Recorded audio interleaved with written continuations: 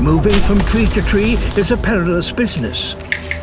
Here, nearly all the plants are covered with ferocious spines. His mother searches the treetops for the youngest leaves. They provide the only food and water to sustain the family.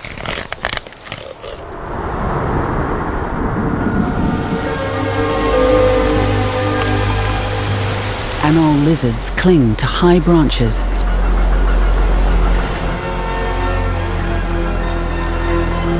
Only the strongest survive.